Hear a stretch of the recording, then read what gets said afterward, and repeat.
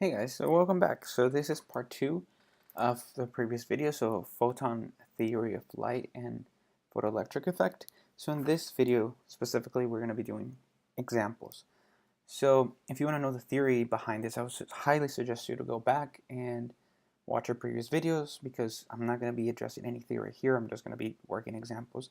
So for this example, let's find the energy of a photon. Notice the word mean a single photon of red light. So from our previous video, we know that E equals our constant times frequency. So now remember what our constant means. It's just a set of value, all right? So then because of this, we can go ahead and say frequency, we're going to transform it into the speed of light divided by the wavelength, and we can do that thanks to the speed of light is equals to the frequency times the wavelength, right? So if we rearrange this, we can place it into here. So now we're going to go ahead and place our values. E to the negative 34 joules times second times 3 times 10 to the power of 8 meters per second, the speed of light, divided by our wavelength. So the wavelength of red light is about 680 nanometers. And now I'm going to convert those nanometers. Nanometers means times 10 to the negative 8 into meters. All right, so notice how the units right here cancel. So now I'm going to end up having 2.925. Let me fix this 2 right here. A little bit more like a 2.925 joules. Now we e to the negative, oh geez, that would have been a huge mistake. So make sure you watch out for your times 10 to the negatives because they do make a big difference, as you may have seen. So 2.925 times 10 to the negative 19 joules. All right, but most of the time when you're working with very small quantities of energy, you want to make this into evolts, so electric volts.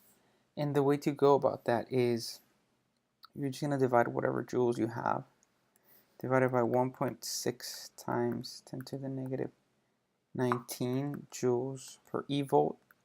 And the reason why is because this is the amount of energy one electron volt has, and this gives us 1.828 electron volts, which is a prettier form of making this look.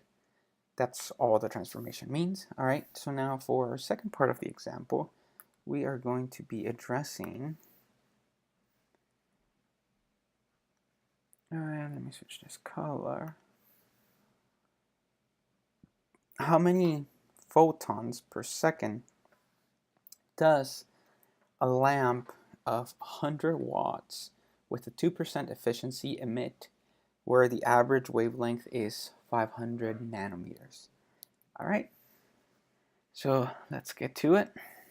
So using the previous formula that we used, we know that one photon, didn't switch modes. So one photon, right? We can use the formula E equals our frequency times our constant, right? Or, as we saw in the previous example, we can use this formula. However, if we have multiple photons, we need to account for that.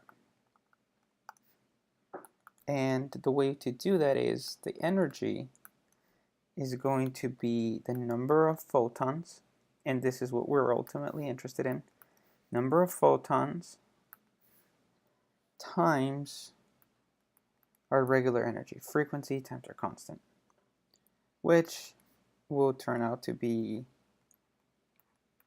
simply our previous formula with an n in front, meaning the number of photons. All right, so now if we rearrange this formula, so we go ahead and rearrange it, and we get a final value of n equals energy times the wavelength divided by the speed of light times our constant. All right, so this is our formula that we're going to be using to find the number of photons that it is emitted. So now let's keep in mind one thing. So we are given 100 watts, right, as our power.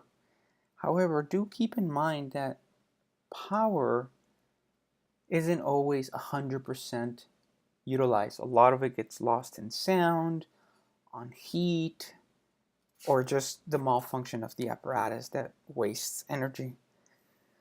So with a 2% efficiency, what we're going to do is we're going to get the 100 watts and multiply it times 2%, which is 2 divided by 100, right? And that gives us 2 watts. And now remember what the definition of a watt is. So this is our power. Now a watt simply is 2 joules per second. A watt is a joule per second. Now let's bring back some first semester theorems back, and let's remember that power is equals to the work over time. By using the work energy theorem, we can convert this into energy divided by time. All right, so now we are interested on the energy because that's what we need right here, right? Energy divided by time. Our power currently is 2 joules per second, right? How many seconds are we interested in? So energy, right, divided by time. But how many seconds are we interested in? We're interested in 1 second, energy per second. So if we multiply both sides times 1 second, our energy happens to be 2 joules. All right? So I hope this makes sense how I got here. If not, pause the video and go back, because this concept here about efficiency and how to work from power to energy will be very necessary on the last couple of chapters for physics 2. So now, knowing the energy, we're going to go ahead and just plug it into our formula. So N is going to end up being 2 joules times our wavelength. We said it was 500 nanometers. So remember, you have to convert that into meters to the -9 meters divided by our constant, which is 6.63, e to the -34 joules times second, times our speed of light, 3 to the power of 8 meters per second. And now units cancel out. Meters divide meters, seconds divide seconds, and joules divide joules. So you're left with a number that I did not plug into my calculator. So let me do this really quickly, and I will have the answer very soon. All right, I have 5.028, I'm going to round it up, times 10 to the 18 photons.